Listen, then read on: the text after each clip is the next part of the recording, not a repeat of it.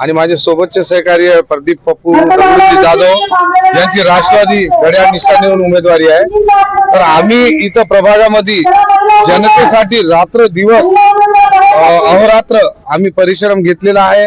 Corona काळ असो किंवा गोदावरीला पूर आल्यानंतर आणि कोणत्याही सुखादुखात आम्ही सर्व सोबत राहिलेलो आहे। म्हणून आज आम्हाला जनतेचा खूप प्रतिसाद मिळालेला आहे आणि आम्हाला असं वाटलं आहे आज मतदान जिथं बूथवर की जनतेने आमच्या भविष्यामध्ये त्यांचा काही मतदानाचा हिस्सा म्हणून आम्हाला आमची पुण्याई म्हणून आम्हाला मतदान आमच्या कौलमध्ये टाकलेलं आहे।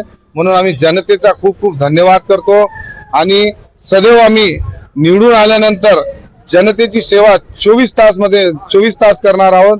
कधी असं आमचा फोन जे आहे जे आज श्रीमंत लोकांनी पैशाचा उलाढाल केलेला आहे, पैशाचा महापूर आणून जनतेमध्ये पैशाचा हे प्रचंड प्रमाणाने नासधुसी केली होती।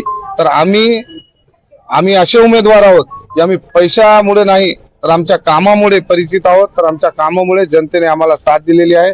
आम्हाला असं वाटते की जनतेने आम्हाला मतदान भरभरून केलेले आहे।